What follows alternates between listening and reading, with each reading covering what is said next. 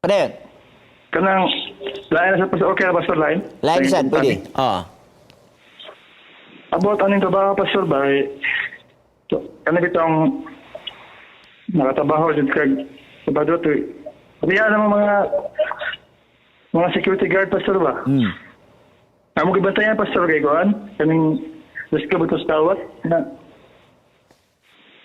pwede lang pastor mo jote na pastor sa sabado. Nya, ga-income ka. Tawat to batono.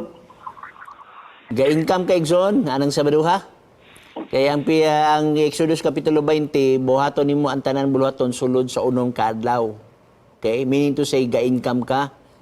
O niya, ikapito mapahulay ka. Kung anang Sabado ha, ga-income ka, Exxon, pangitag paagi nga makahangyo ka sa imong employer nga kung mahimo, i-exempt lang ko pa nun sa adlaw ipagpahulay kay entitled man mo og rest day.